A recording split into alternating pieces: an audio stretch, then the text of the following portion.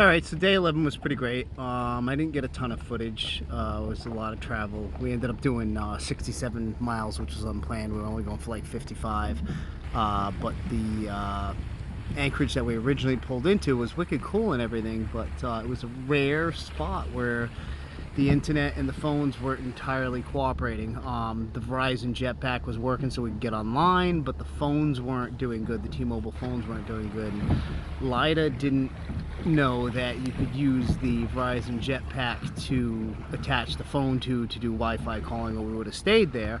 I thought she was trying to and failing. I didn't realize that one of the systems was working, which is the thing with internet when you're cruising like this, is you have to have multiple options, because if you don't, one of them is going to fail sometimes, and you need to have more than one way to get online. But anyways, it was great. We did 67 miles. Today we're pushing again. It's our last time we're going to do more than 50 miles today, because we could basically do 20 miles a day for the rest of the trip, and we'll still make it there in time because we've crushed the first half. So we're going to slow down when we get to the ICW, really start to enjoy ourselves a little bit more. If we feel like staying somewhere, we're going to stay there.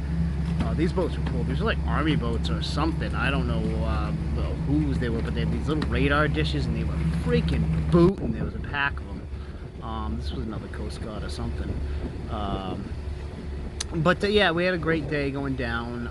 We're starting to see more and more things like dolphins, fins. We've got this one fish that we're not sure what it is. I don't know if it's sturgeon or what, but it chases after other fish, and the fin goes crazy at the surface. I thought it was a shark at first, but they're fairly small. But we keep seeing them, and we're trying to figure out what the heck they are in the water. I showed a video of the other day. But anyways, this was that little inlet that we pulled into the first place we saw. So we're like 55 miles in. We're like, okay, we've had enough for the day. We're getting ready to set up and everything like that. We pulled in here, which was a gorgeous spot, but it was a rare dead zone for T-Mobile. Couldn't make the phone calls. So we pulled in, dropped anchor. But I got frustrated. I pulled the anchor back up and got us back underway, and managed to cook a steak dinner while sailing to the next anchorage, and ate, and then actually dropped anchor while doing all that crap, and it worked out pretty nice. So this yeah, it pulls in and opens up right here, which is really cool. But this is the other place, and then we ran into this fleet here, and I swear those boats are the boats from either it was day 6 or day 7. Go back and check the video. I took a picture in here and I put it in here.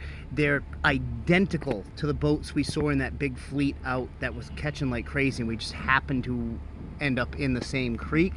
I can't be 100% certain, but they're so...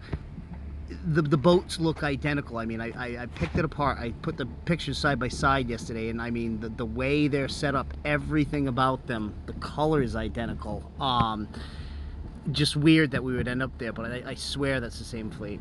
But yeah, no, had a nice sunset there, good twilight and everything. A lot of local boats kind of bouncing around in there. The neighbors actually came out and told us if we need anything to come over and just knock on their door.